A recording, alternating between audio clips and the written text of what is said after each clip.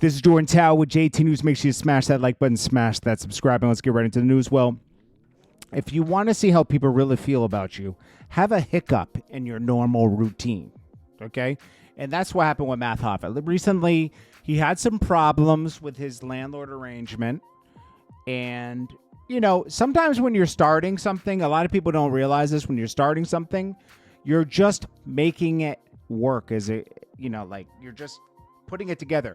In the beginning of this, he wasn't making any money off YouTube or anything. He was just starting it, right?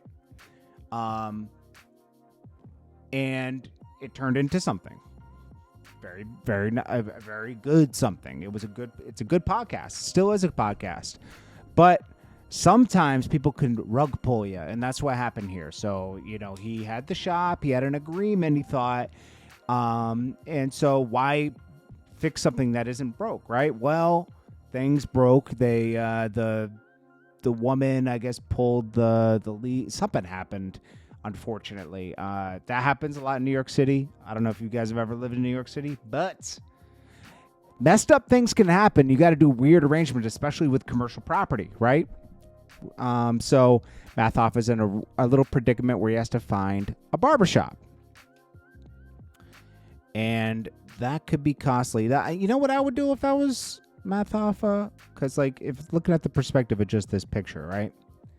You really just need a couple barber chairs and the same kind of feel. Like, you know, you need a couple. If you invest in a couple barber chairs and maybe find a space, maybe call Andrew Schultz, because Andrew Schultz has a whole compound, I think. And see if you can rent a room that's just there for you. Or maybe call Vlad, because I know he's friends with Vlad, and see if you can maybe use his space sometimes and set it up a certain way. I don't know, you know, because, like, you know, I'd hate to see, I don't think it's going, I mean, this podcast isn't going anywhere. It's just a hiccup. People will still be there watching it just as it never left, you know. But people root to say, people, what did it say? I see someone say, they said he fumbled the bag. What do you mean he fumbled the bag?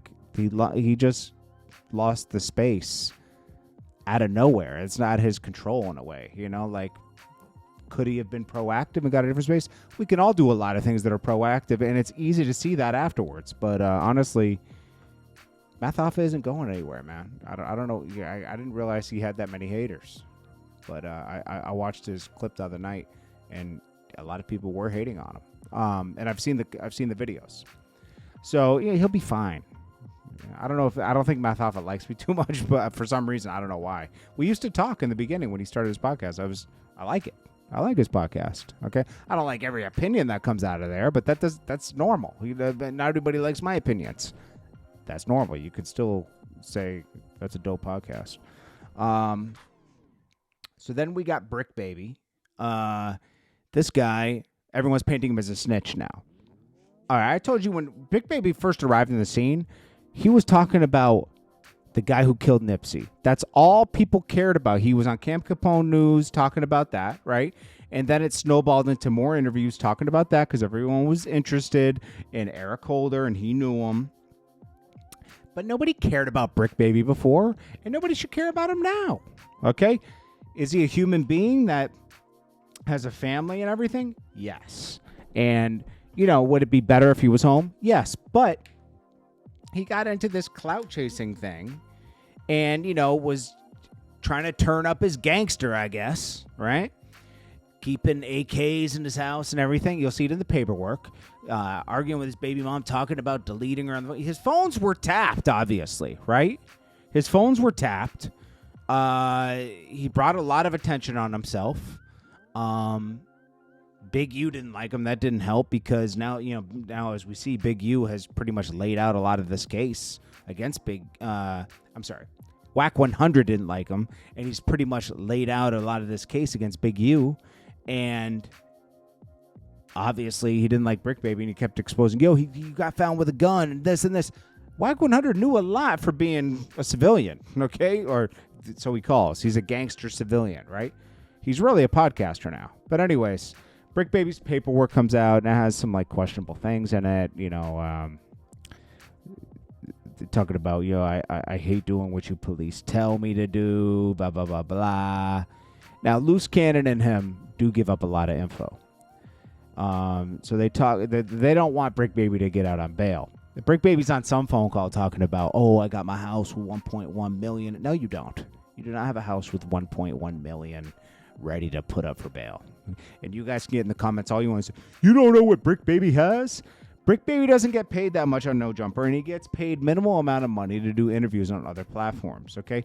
He's not a big musician, so please tell me how he has $1.1 million house. Please, okay? Well, he was a moving weight back in the day. No, he wasn't. Stop, okay? Stop it, all right? Some people, you could tell. Some people, you could tell that they just getting it where they can get it. It's cool, but now he's got himself a case.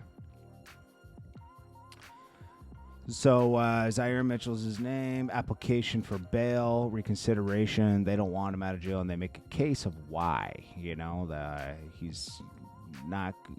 They're trying to make the case that he is not safe for the community. But obviously his lawyers are saying he is safe. He's not. He doesn't have a.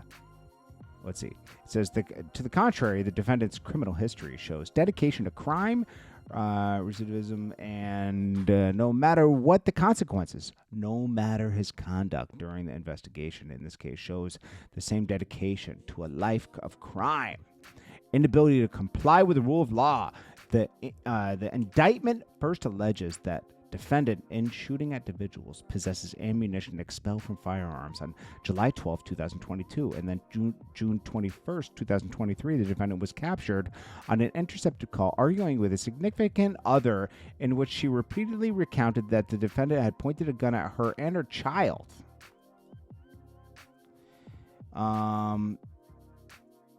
Then they raided his home, and they found an AK-47 style gun with 125 rounds of ammunition, but he was free after that. Most people wouldn't be free, okay? So this is why a lot of people think, okay, he was doing something, right?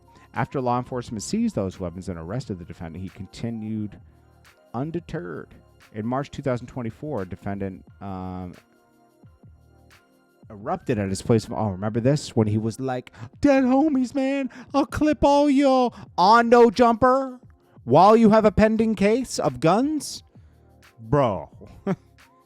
Then he was like online with fighting security and later admitting to possessing a firearm in the incident throughout 2020. Online. And I love how like Poetic Flacco's up there talking the other day about this, and he's pointing out, hey, this guy's cooked, right? And then you got other people at No Jumper saying like, no, he's not cooked. Like, bro, just be honest. Just because you're friends with him doesn't mean he's not cooked, okay?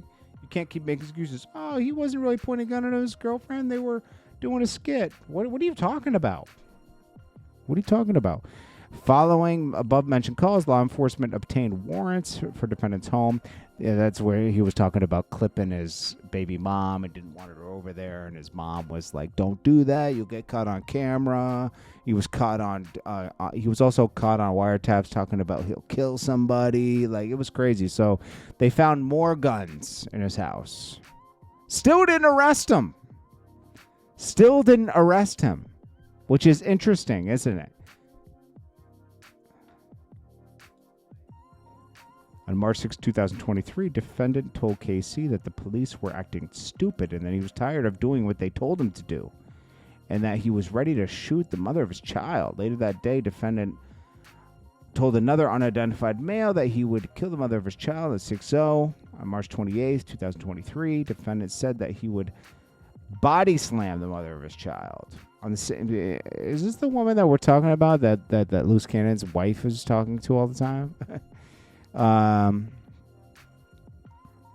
Then he says he felt like he had to kill someone and have to go to school and play back. He didn't want to kill. On the same call, defendant discussed how it felt to kill someone and have to go to school and play basketball the next day. Are you? This is, but yo, bro. I don't think Bricc Baby's ever killed anybody. And June 24th, June 2024. Defendant argued over the phone with an individual, claimed he killed more people than others had fought. Defendant stated that he swore it was true on his 4 babies. On my children. Which he repeated many times, and later attempting to downplay the claim. Defendant started that even if he had one murder, that would be more than the other person had fights. On March 18th, 2025, the same individual whom defendant previously threatened and claimed to have more skulls than he had squabbles joined the same podcast. During the filming, defendant showed that he had a handgun on his waist. So I don't know who's more of a cooperator, Loose Cannon or Bricc Baby. We'll have to see. Because Loose Cannon's like cooperating through podcasting and stuff, just like Whack 100 trying to play it safe. Anyways, we'll get more into this as the day goes on. This is Jordan Tower with JT News. Make sure you smash that like button, smash that subscribe button. Peace.